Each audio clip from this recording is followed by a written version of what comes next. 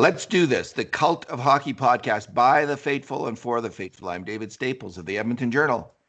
And I'm here today on a historic occasion, the first Cult of Hockey three-way podcast with my good friends Bruce McCurdy in St. Albert and Kurt Levens on Pender Island.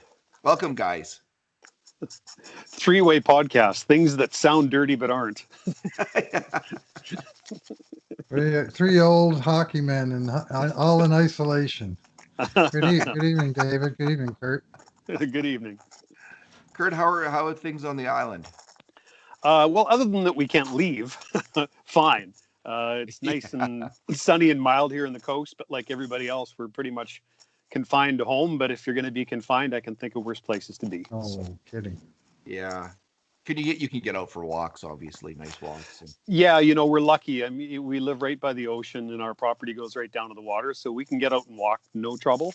But the ferries to and from the mainland and Vancouver Island are down to just about nothing right now. So not that there's anything to go to when you get there, but we're pretty much islanders now. We're kind of like the crew from Gilligan's Island. So now, if anyone's wondering why this is our first three-way Cult of Hockey podcast, it's because we never figured out the technology and we just had to push one button and we could have had Kurt a lot more.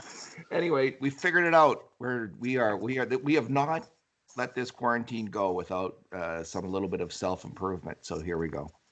All right, today we're going to talk about a number of topics.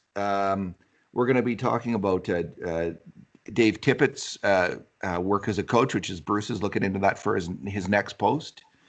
Leon Draisaitl and kind of the lazy boy stats, as I'll call them, that I've compiled on the Oilers, and how Leon Draisaitl is unfortunately at the top of the list. We'll talk about the resumption of the NHL season with quotes from Gary Bettman and Drew Doughty on our list. But we're going to start out just talking about the tragedy of Colby Cave's death. And I don't have a lot to say about it. I just thought it was really touching how in Saskatchewan there was a number of memorials, kind of people getting together in their cars. Did you guys see that video of all the cars along the highway there? That was really something. It's hard to know what to make of this. Someone dies at that age from this kind of thing. I know it happens. I actually, in my hometown, Devon, there is a boy who died in a similar way. It's just terrible. Kurt, what are your thoughts on it? What have you been thinking about this? Well, two things.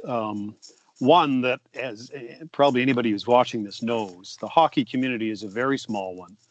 And everybody knows everybody else or knows somebody who knows everybody else.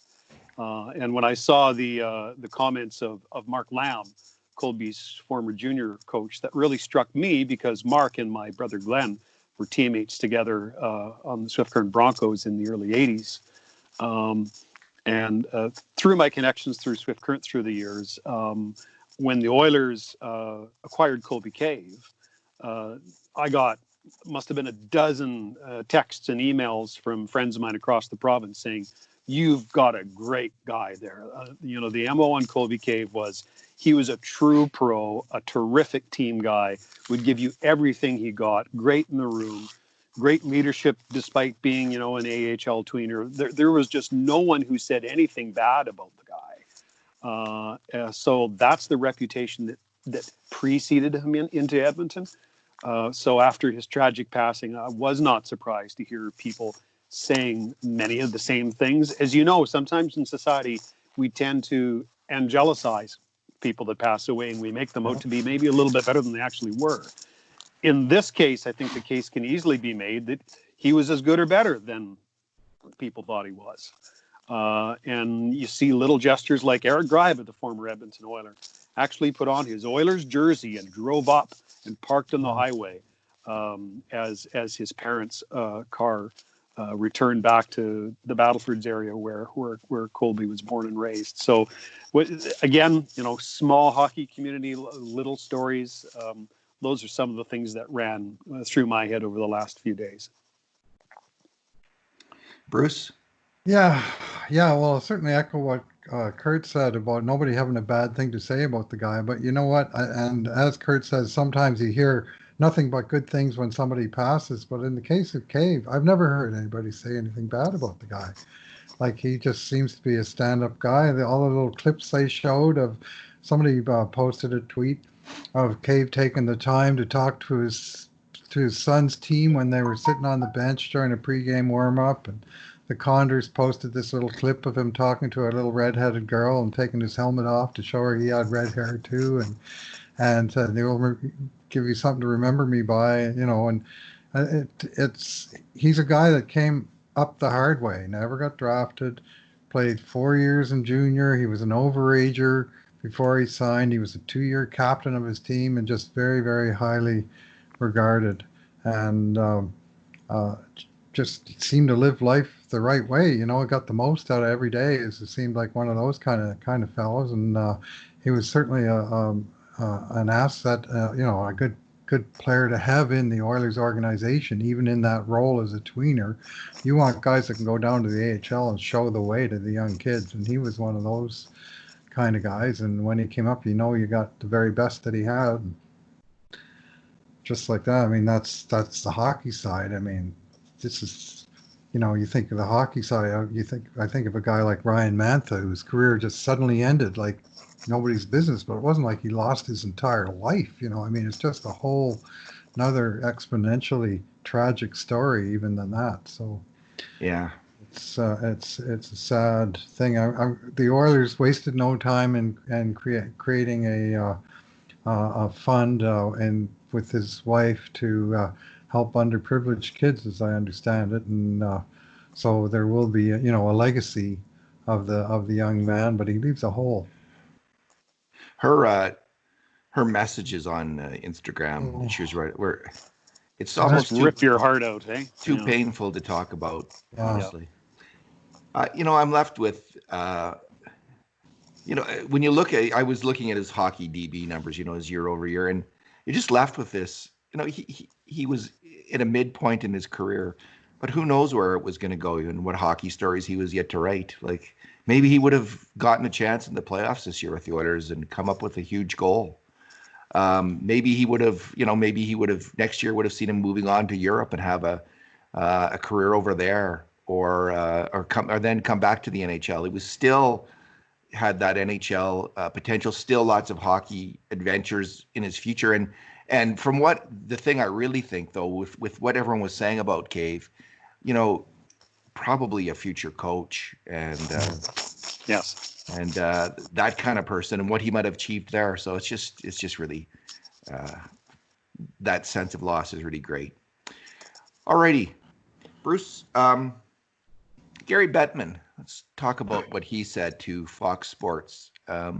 He was on a radio station, and what are the key quotes that we're going to be discussing here from Mr. B?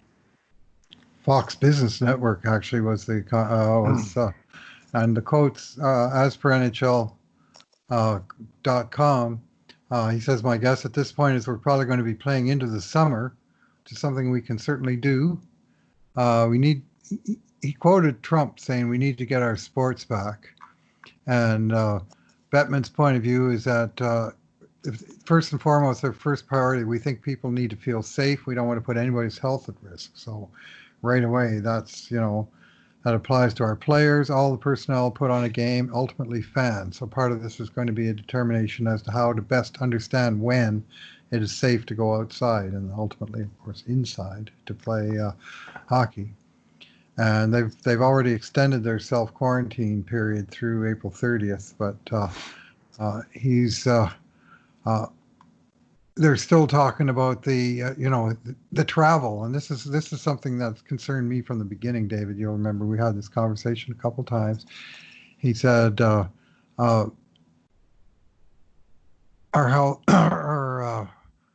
when we decide it's time to play, we've got to get everyone back and be comfortable. Not only are we not infecting the population of players, but we're not bringing the coronavirus from other places into jurisdictions where the players and other personnel are going. So the players coming into a city as being maybe carrying some risk. So that's going to be a big one for them to overcome. What's your take on it, Kurt? I think it's a bit presumptive on his part that there would be any travel. I mean, not that the Kings are going to make the playoffs, but there's not going to be hockey played in Los Angeles for months. Oh, we're talking about. Are you talking about Doughty here or Bettman? No, I'm talking about Bettman. Oh, okay. But I just mentioned that Los Angeles is one city. There's going to be no live sports there anytime soon. No. And I'd follow up awfully close, even though their situation is worse with New York City, where both the Islanders and the Rangers could end up in the playoffs, depending on how they kind of settle things out. Well, you tell me when they're going to put people in Madison Square Garden again. And so I think if it resumes, I don't think it will be anything close to normal, which would be traveling back and forth to competing cities. I think the best chance, and I think it's remote, but I think the best chance is to go to the neutral site model, no fans, full quarantine for players, staff, etc. To me, that's the only way, right now at least, that they're going to be playing hockey in the summer, barring someone fast tracks a drug that would be available in months and not a year like most people are predicting. So I don't, the main hang up I think is the border issue, because if there's going to be playoffs and finish the regular season, you're going to have some movement over the borders, and Canada, US, and right now only essential people can do that. Now Trump has talked about opening up the borders, and that was not hugely popular. I mean, I think Quebec had more than 100 deaths today from the COVID-19. So the border issue is going to have to be solved, but we're not talking about something that's going to happen in the next 2 weeks, or even I think the earliest they get going now is probably mid-May in terms of a return to camp. So this is a whole month away, which is a very, Germany's now opening up. They're opening up their schools. They're opening, on May 4th, you'll be able to go to the hairdresser if you're in Germany.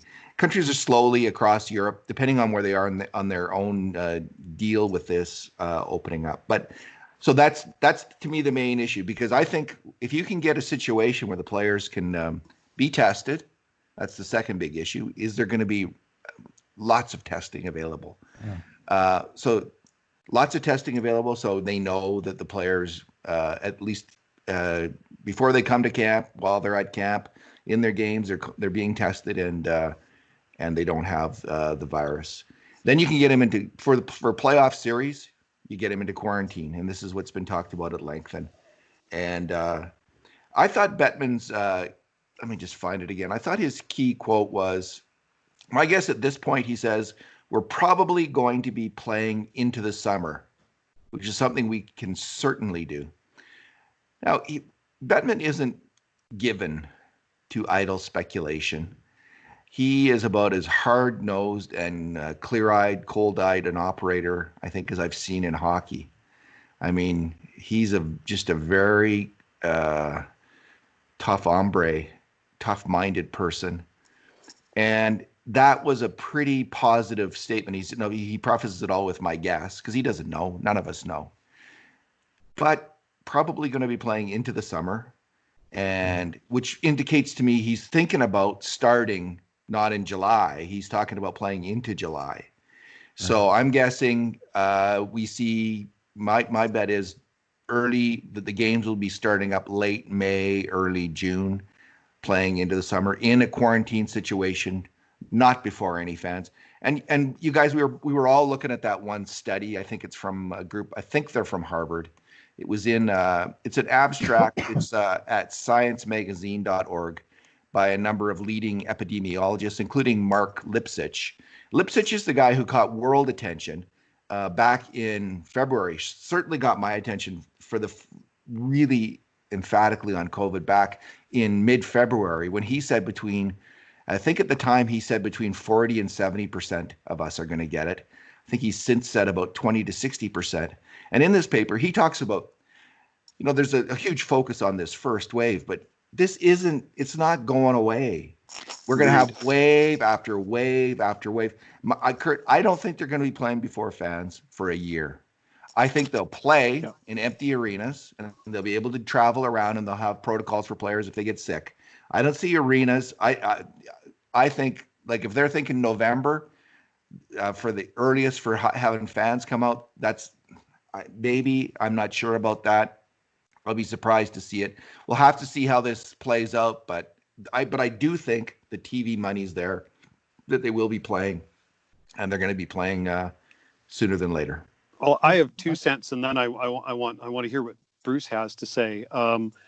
I know from a very prominent NHL source that they have been talking about potentially returning to play in July. Okay.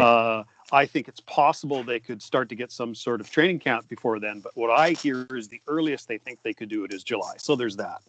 The other thought I have is this is a very fragile idea. If you think about it, and I agree with you with probably no fans until you said, David, and with all the quarantine and all that sort of stuff, but think about it. What happens when one player on one team tests positive? How do you know that they have not spread the virus to other members on the team? As a result, how does that playoff series resume? As a result, how do any of the series resume? I think we're on a very, very thin wire here, and I'd love to see it return as much as anybody else, but I think it's rife with complications and circumstance. Bruce? Yeah, well, just another quote from Bettman. He talking about our competitive balance is so extraordinary. There are 7 teams that were on the bubble of making the playoffs, and not all the teams have played the same number of games. Whenever we do come back, and this is where I'm talking about being agile and flexible, we're going to have to do something, whether it's complete the regular season in whole or in part, whether or not it's expanded playoffs. We're going to have to do something that's fair and has integrity. So that's going to be a very tall order for sure. And my wonder too about the TV aspect of, the TV money is there, but is it there? Like, are the advertisers behind the TV, or is the life changed for the advertisers that they? Not necessarily all of them have products to advertise just now. I guess hopefully that'll change for the better and as time goes on. But that's going to be tricky. Major haircut with revenues. And Kurt, to answer your question about, like, if some one player gets it, that's a really interesting question. And I think it's not just hockey that's going to be dealing with this. I mean, they're dealing with it up right now at Curl Lake at the camp in Fort McMurray area, right? Yep. A couple of people have it. They don't shut down the whole operation because a couple of people got it. You isolate, you test. And that's going to be the key. You need to have a ton of testing. So it's right away. Everyone can get tested on the team, and you can isolate who needs to be isolated at that time. But all kinds of businesses are going to have, now, right now it's just kind of essential businesses, but in May, we're going to start to see, I think, in jurisdictions that haven't been that hard hit in Canada. We're already seeing it in Europe, Denmark, and Germany. Non-essential businesses, less essential businesses opening up. And that's when the rules are going to be developed for, okay, at a non-essential business, what happens? So we'll see. If wrestling can be declared an essential service in Florida, I guess maybe hockey can be in Canada. Oh, Florida. Florida man declares wrestling an essential service. My son follows this website, and it's called Oh Florida. And every day you can check and see somebody has done something stupid in Florida, and it's astonishing what goes on there. It's a trying ground for the Darwin Awards. Yeah.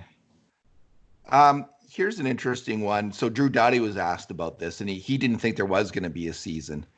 He wasn't that negative about it, but he just didn't think there was going to be a season. Didn't think it was. And I was thinking, if Drew Doughty was on a team that had a chance to win the Stanley Cup, he might be a little bit more bullish than he. Touché.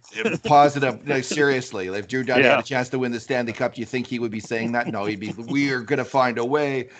But then he said something that I thought was really interesting. He said to Greg, and I got the transcript of that interview from ESPN's Greg Wyshynski. Doughty said, in all seriousness, it's not going to be like winning a real Stanley Cup if there is a playoffs. And I think he's right. It's not going to be like winning a real Stanley Cup. Obviously, it's not. But listen, if this happens, it's going to be better.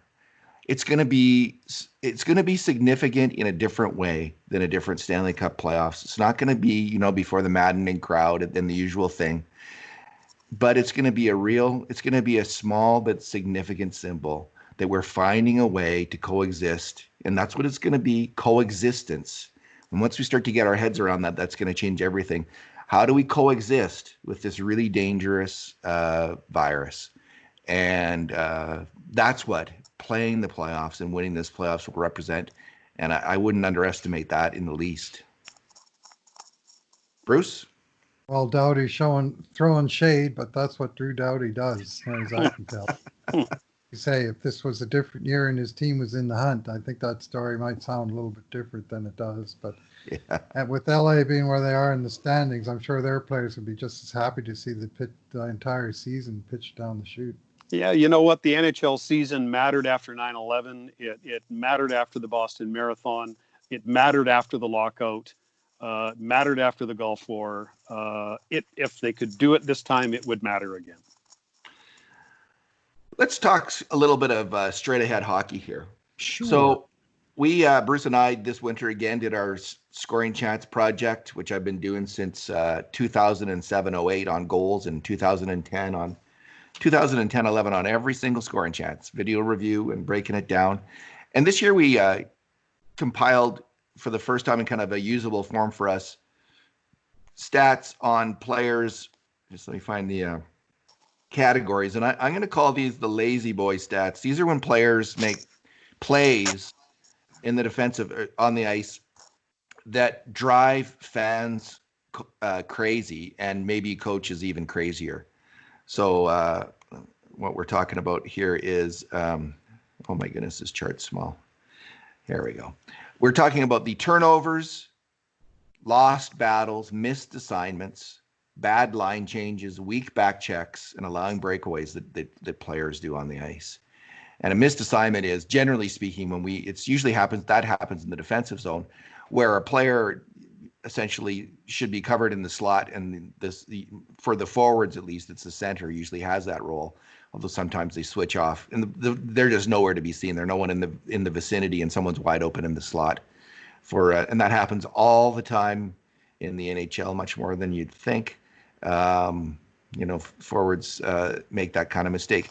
So this year, when we compiled those numbers, the non-shocking fact, actually, because you could sense this coming from a mile away, is that Leon Draisaitl was kind of the runaway leader in the lazy boy stats. And he had by far the most turnovers. Now, he played the most even strength ice time, but even on a rate basis, he had 21 turnovers that led to grade A scoring chances. McDavid had 13, Kara 10, and Cassian 10. When it came to lost battles, McDavid had 18, Draisaitl 13, Sheehan 11. That's no surprise either, because they have a bit more defensive responsibility down low, as opposed to wingers, where you're going to have that kind of lose that kind of battle on a grade A chance. Missed assignments, Draisaitl 9. The next most was Nugent Hopkins with 3. There's a whole bunch of guys who were tagged on bad line changes, but when it came to weak back checks that we counted, Draisaitl 10, McDavid 7, and no other, Cassian 5, and no other player had more than 2. And allowing breakaways, Draisaitl 5. That's usually when the forward's supposed to be forechecking a defenseman, and he's not. And that defenseman rips a pass up the ice for a breakaway.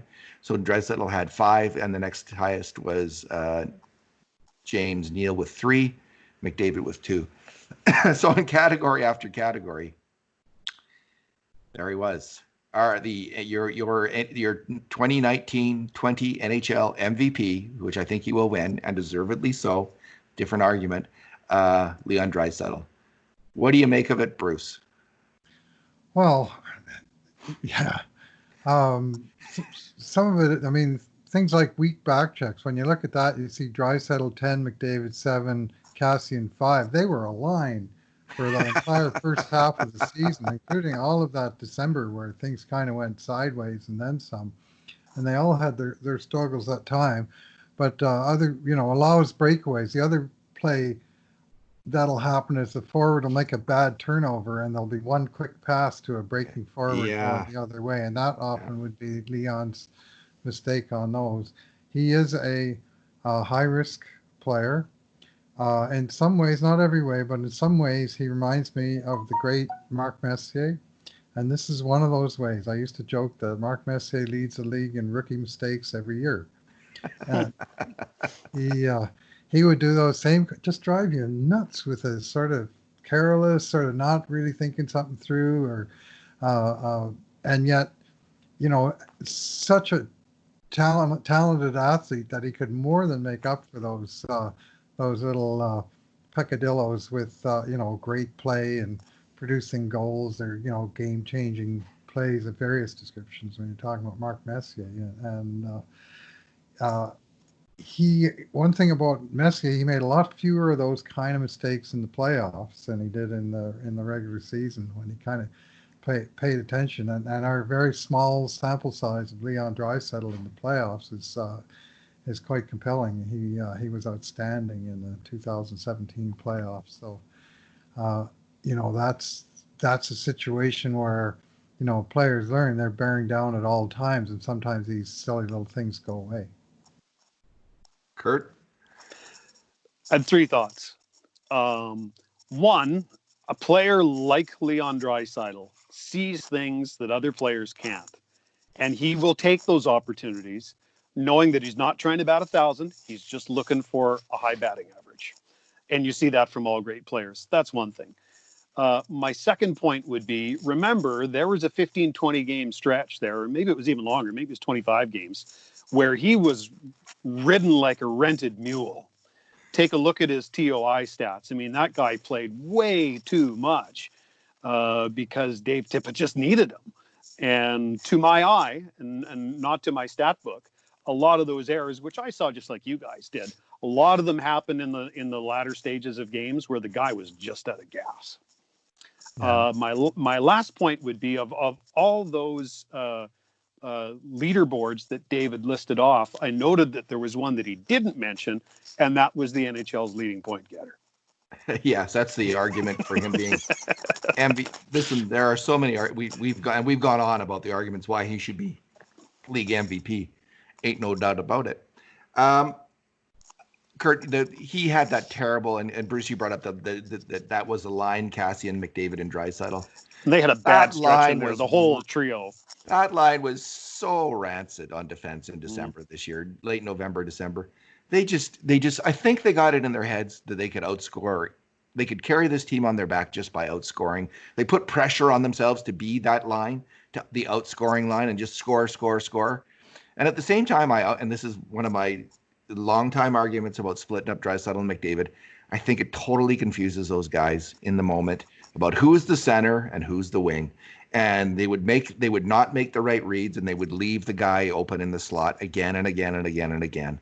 And they just, no one knew who was essentially F1 covering down low, and they just, it was a shambles. And I don't think you can switch the players around like that. They're just not. The game happens too fast, even for Connor McDavid and Leon Draisaitl in the defensive end, for them to really not know who is the center and who's the wing. And I don't think they ever did know, honestly. And maybe I'm wrong about that. The one thing, the last point I'll make is, if we had better defensive stats in hockey for all the players, we would be far more aware of defensive slumps. And it's the one thing that we all know when a player's on a hot streak, and players constantly, everyone, he's on a hot streak. I'll tell you what, from tracking these numbers over the years, players go into horrendous defensive slumps through the years. Most players and defensemen usually have a run of at least 10 games. Some of them have 2 or 3 runs of that long during a season where they are wretched on defense. And suddenly they crank it up and they're really good again. And the same goes for forwards. And that was one of those runs for Draisaitl and McDavid. They were wretched on defense for that stretch of it's 10 to 15 games. Any final thoughts on that, or are we ready to move on to the topic of Dave Tippett? I Okay. guess, I guess I was going to say, I think I may have used my power of override on Draisaitl more than any other player this year.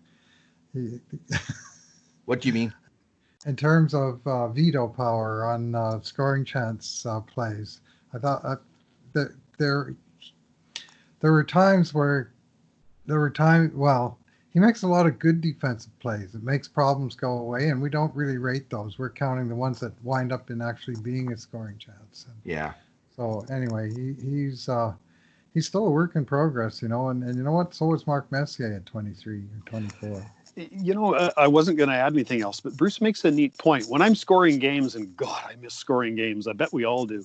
But I actually do have a scoring system where I do notate excellent defensive plays by various players. And I know you guys pay attention to that as well.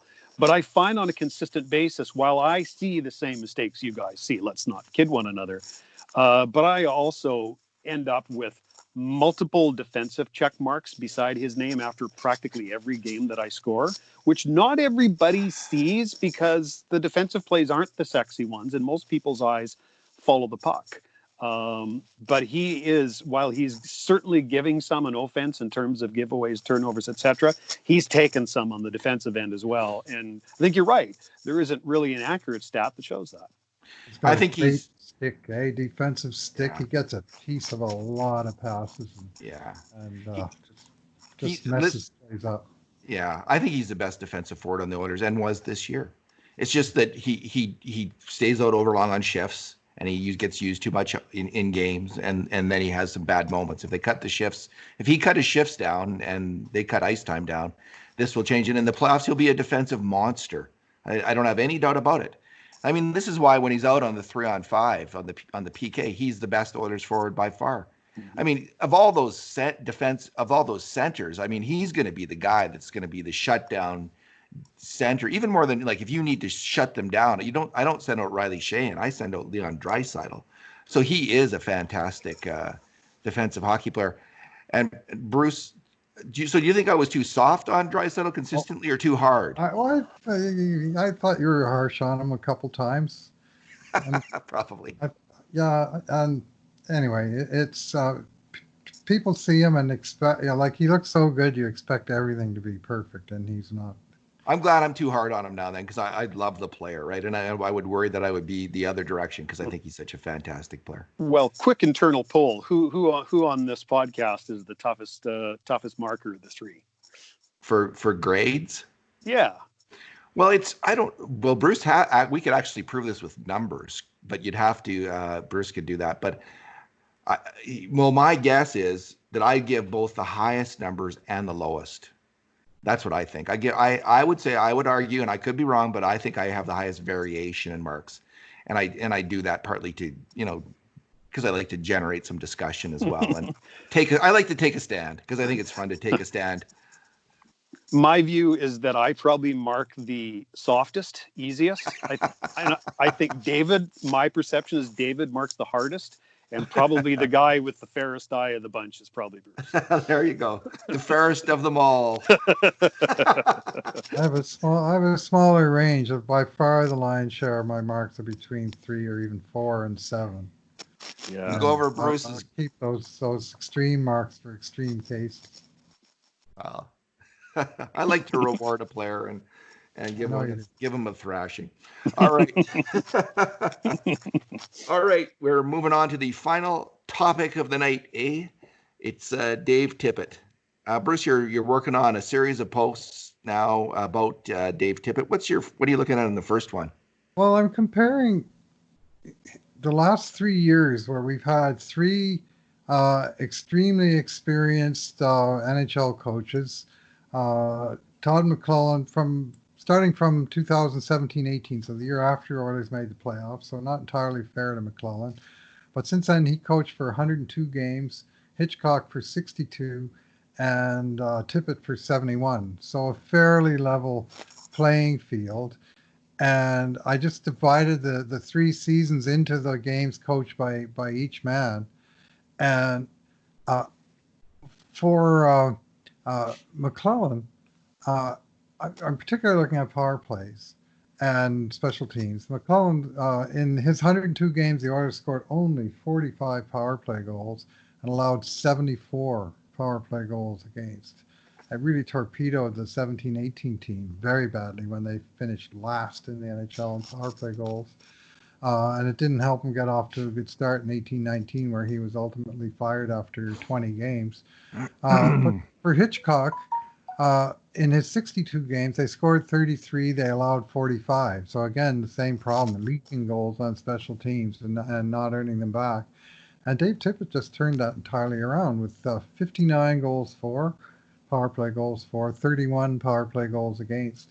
So huge positive goal differential that kind of made up for some soft 5-on-5 play and actually made the Oilers an outscoring team. But just far more, like per 60 minutes, which is a lousy way to judge power play, but it's kind of the standard. McClellan 5.7, Hitchcock 8.0, Tippett 11.3. Like the power play just picked it up to a whole That's other goals level. per Goals per 60 on Wow. the power play, 11.3. And one of the things that he did was really, he really pushed hard on the power play to give his top players the most time. And David, you did a tremendous amount of very good research showing how they rejigged, some of the tactics of the power play so that those very good players got more shots. But McDavid, with McClellan, he played 68% of the power play minutes. With Hitchcock, that went up to 80%. With Tippett, 88%, wow. which is like saying he's playing a minute and 45 seconds out of every 2-minute power play. And Draisaitl, much the same. He went from 65% to 80 to 87. The funny one was Clefbaum. He was 65% with McClellan. He dropped to 50% under Hitchcock. Hitchcock actually used Nurse more per game than he did Clefbaum. It wasn't just Clefbaum was out, but Nurse he seemed to like Nurse more. Well, Clefbaum's up to 82% with Tippett. And finally, RNH, 52% with McClellan, 76 with Hitchcock, 52, 76, 85%. So the main four guys are playing well over, a minute 40 of every power play, or they're playing 40 and they're scoring, oftentimes, the puck is in the net before they go off. So the other guys never get a chance at all. But he really has loaded up on their using their top player, their number one unit, as much as possible. And only the net front position did he really split between the two guys, James Neal and Alex Jason, who each were a little north of 50%.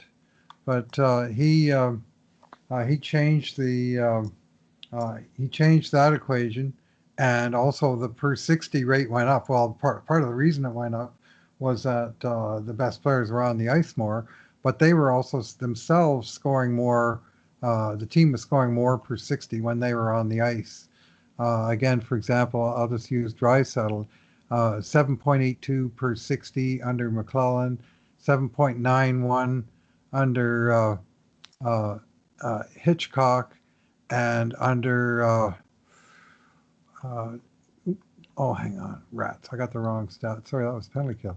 5.88 under McClellan, 9.84 under Hitchcock, 11.74 under Tippett. So more scoring per unit time and more time. So of course they're pumping in the points, and so just the deployment of, how much ice time they're getting, and taking goals out of that, and not really looking into the tactics, because you've already done such a good review on that front, David. What do you make of it, Kurt? I think the numbers largely speak for themselves. While Bruce was listing those off, I was thinking about identifiable change in tactics. And the one that really sticks out with me with Tippett is how much earlier in the first power play shift they're getting a shot on goal. which, as you know, 1, creates chances, 2, moves defenses around, and 3, they're often getting a whistle, so that top unit is also getting a breather partway through that long power play shift, which is enabling them to be out there longer as well. So I think that first shot tactic, even though it doesn't necessarily result in goals on that first shot, often by Clefbaum from his side of the point, I really think that's a wrinkle in the power play that we hadn't seen under Todd or under Hitch, that I think is leading to some success with this group. My take on it is what we saw, Kurt, is that you'd have to time that, but I think that what we definitely saw was a huge emphasis on outside shots in the McClellan power play. Shoot from the outside. Clefbaum's shot rate was way higher under McClellan than it. Because Todd was a volume guy, right? Yeah. Todd, so what I think we saw was that first shot. It's coming because Clefbaum has fundamentally changed his orientation from a shooter to a passer, and that first shot is him getting the puck, and they've been playing together long enough that their execution's good. Clefbaum really understood his role in a way that he never understood it in the past, and executed it better than before. And his role changed, and he became the distributor. And him setting up, I don't know what the shots rates for all these power plays were overall, but for good shots, they were getting way more good shots, and that's the difference. And it's because Clefbaum wasn't shooting as much and was setting up those other guys for on the wings and into the middle of the ice for great shots. And that was the difference of philosophy. And I think that was, hopefully it'll keep working, because it sure as heck worked this year.